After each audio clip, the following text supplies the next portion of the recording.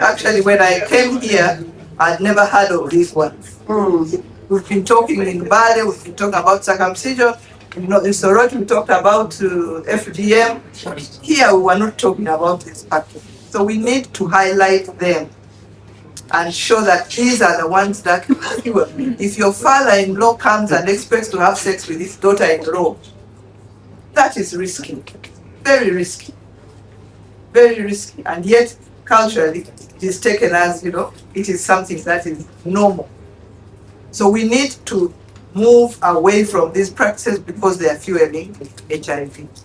About the statistics of the nation, we have over 1,500,000 people that are living with HIV. Of these, 930 are women, 930,000 are women, and 570,000 are men. 71,000 are children. The prevalence in the nation of Uganda is 4.9%. So when we say that Kiruhura is at 11%, that is very high. Barra City, 10%, that is very high. Way above the average of the nation. So when we see this skew, we feel like the 4.6 is Uganda and Kiruhura is 10. We say, why? That's why we are here. Barra City, 10. Why? That's above the average of Uganda. So we need to work harder. And for women at risk more, 6.4 prevalent percent, and for men is 3.4, and children 0.3. New infections, this is what we are trying to prevent in Uganda. By 2024, 37,000 people had brought in new infections that year. 21,000 were women, 11,000 were men. Then AIDS-related deaths, we had 20,000 dying, and 8,300 were women, 8,700 were men. Now, men are dying more than women. Women are acquiring new infections more than men, but men are dying. Why? Because men do not normally seek health services. They wait until they are very, very sick, and so by the time they get to them, many of them cannot be reversed. So we are calling upon you. Look at the statistics. Dorcas gave us very good statistics. If you want some statistics for the city, the focal person in that district has the current 2025 statistics, showing the prevalence, showing the number of people living with HIV in the area, showing the incidence rates, how many are getting infected, and showing the AIDS-related deaths. And also showing the mothers that are bearing children with HIV. Thank you very much. Thank you very much. Yes, that is one of, when we saw, first of all, we've shared that we've seen that HIV prevalence overall in the country has come down significantly to 4.9. And even new infections are also coming down significantly. The report we have now, we are working on new data, but the last report that we have, the HIV, the Presidential Fast Track Initiative 2025 report, showed 37,000 new infections in 1 year. And we are working on the data. We'll soon be able to share with you what the infections are. But when we went into regions, and one of you asked about geographical disparities, gender disparities, of course, like Dorcas answered, the HIV prevalence is higher in women compared to men, about 6.4% in women, national average compared to 3.4% in men. Even the new infections, they are higher in women compared to men. So when you come to AIDS-related deaths, more men are dying of AIDS-related conditions compared to the women, and again because of their health-seeking behavior. When we come to regions, we found that there are regions, either cities, especially cities along the highway, have high HIV prevalence, right from you go to Fort Portal, You look at Barara City, you go to Masaka, Kampala, of course, Mbale, Soroti. Those, and one of the risk factors is rural-urban migration. You know, people moving, young people, they are looking for jobs, they are looking for, survival. But when they come in, they are at the margins, of what is happening in those cities. They are disadvantaged, they are not necessarily accessing the services. But also, there's rapid growth, there's industrialization, we have all this growth. So while it's a positive thing, it brings a new dynamic. And because of all those things, multiple sexual partners, low condom use, we now have prevalence. And when we looked at the data, Ankole Region is one of those that popped out. And even within Ankole Region, there are districts that were showing higher rates than than the others, and Kiruhura being one of them. And your specific question was that Kiruhura is a fairly rural district. What is happening? Now, while that observation is true, that is changing very rapidly. That's changing very rapidly. One, there are upcoming, town councils and centers there. If you go to Shere now, it's very rapid. They have activities running through the night. We have, there is the people generally not the, they are doing well. So people come in to seek services, to provide services. They come in as domestic workers, and we have markets happening. We have security installations, and we found, for instance, there is a security installation where there is an urban area, coming up around it, and when the security people, once they are finished their work, they go out and socialize. Remember, this is happening.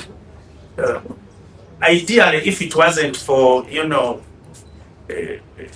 and all these other problems, sex is one of the things that happen in the communities, either normally, but because of what is coming in, because of the things that are happening that shouldn't happen, then it becomes a risk because there is transmission of HIV. So Kiruhura shouldn't be looked, and other rural places should not be looked at. And we can talk about, if you go to regions like Karamoja and West Nile, which have typically been of low HIV prevalence, we see that picture changing, again, because of rapid urbanization, because of migration, because of those dynamics of people moving in. Two, we had an engagement. I told you that we met with the Bishop of Ankole Diocese.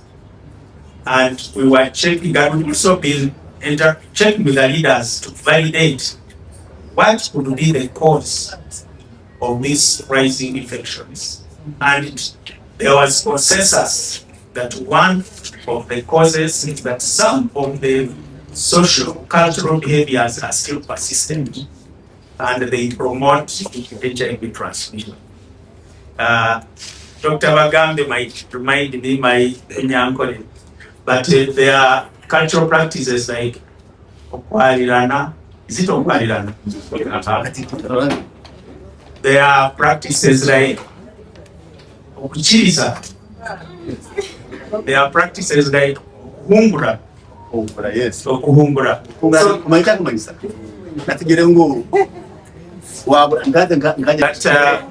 There is the father-in-law, Okureva,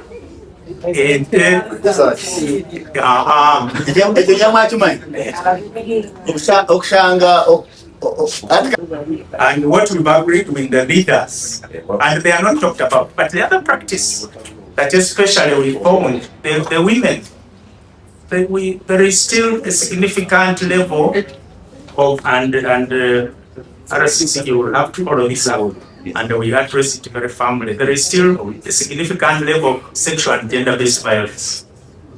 These women are seated there in their homes. The men come, they are been out, and there is a way, what is happening within the families. The men come back, maybe they have taken alcohol, they have taken, and the way they are engaging each other, even in rape is happening within families. It's a sensitive subject and not easy to approach, but I think if we have dialogues as communities, the women can talk about it, they can say what is affecting them, and then we will see how it will be addressed. So these are critical questions. They are sensitive, but if leaders take them up, they can be addressed. So that's why you see districts which we thought, you know, if you're talking about Kiruhura, if you're talking about Mugunga, if you're talking about Isinjo, you know, ideally you wouldn't be expecting that, you know, HIV prevalence should be coming up, but it is because of what we observe. There has been a question on the 0.1% as part of mainstreaming. It's now a government agreement and directive. First of all, we didn't go through the 5 pillars of the presidential fast track initiative, but one of the pillars is financial sustainability, that we need as government of Uganda to find our own, we need as government of Uganda find our own resources as much as possible to address the issues of HIV, and the recent, you know, changes in policy of the US government demonstrated that.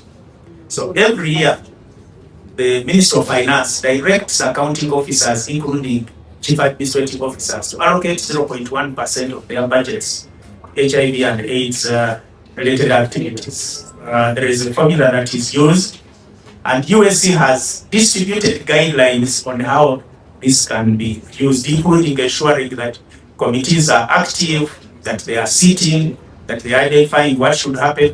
Areas like, well, our colleague has asked that as media, we are here, we do work, we have no facilitation. That would be, you know, a legitimate area for funding if you sit and agree that, you know, it is captured within the activities, because media covering this work and always highlighting it is important. So, although this practice is being picked up, we as USC, we are producing annual reports showing which local governments are complying, what they are allocating. Again, we've gotten commitment from leaders where we went, you know, in Bushenyi, in Kiruhura, in Rwambara, in Mbarara, in the city here. The leaders, they were instructing their cows on site. The chairman was saying, can you make sure this happens? And the focal persons are supposed to make sure that the activities are. We are very grateful to Uganda AIDS Commission Board for the visit, for the days that they have spent in the region. We are really grateful. We appreciate the chair, we appreciate the DG and the whole board for visiting us as a region and getting to know our, you know, our challenges, what we are doing with as the whole region, not only Mbarara City. They've really tasked us that we are supposed to be very innovative. He appreciates that, and I can promise that as a city, and I believe also the other focal persons in other districts, that we are going to be innovative, because things have to change. The prevalence has to change.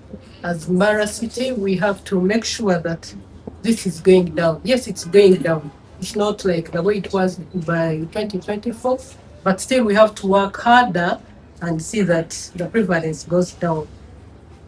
We are going to constitute as a city the work improvement committee or the team, and this is going to be strictly for community people, whereby I urge Mbarara people that we shall have dialogues in our communities. We are going to visit schools so that we get your ideas, because this we cannot do it alone as health workers or as Mbarara City staff.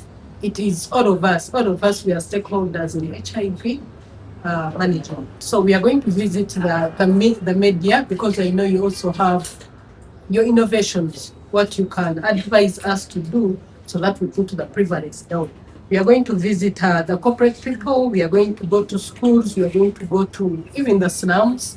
We are going to have dialogues with the sex workers in Mbarara City, so that we get the views. We get different ideas.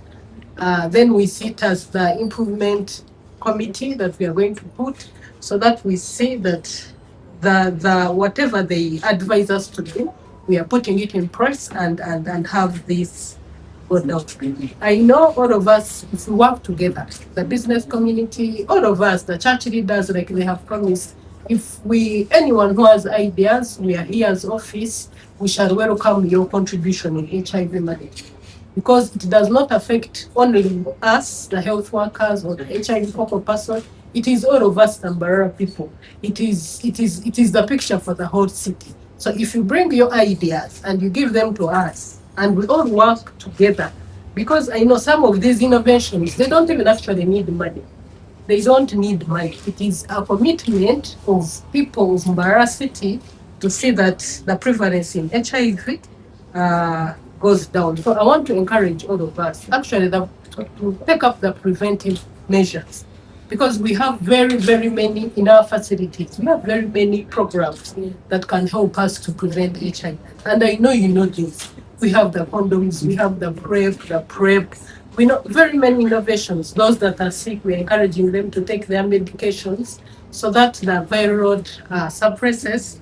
So if we take all this and very many other innovations that we have, we can all put this prevalence down. So I encourage all of us to take up the prevention messages and prevent HIV. I want to thank the board once again for visiting the region. We promise as Mbarara City, we are going to have this team, the team of health workers. It will have a health worker, it will have a business person, it will have someone representing schools, the religious leaders, and I can promise you that next year when you come again to visit us, the picture shall not be the way it is right now.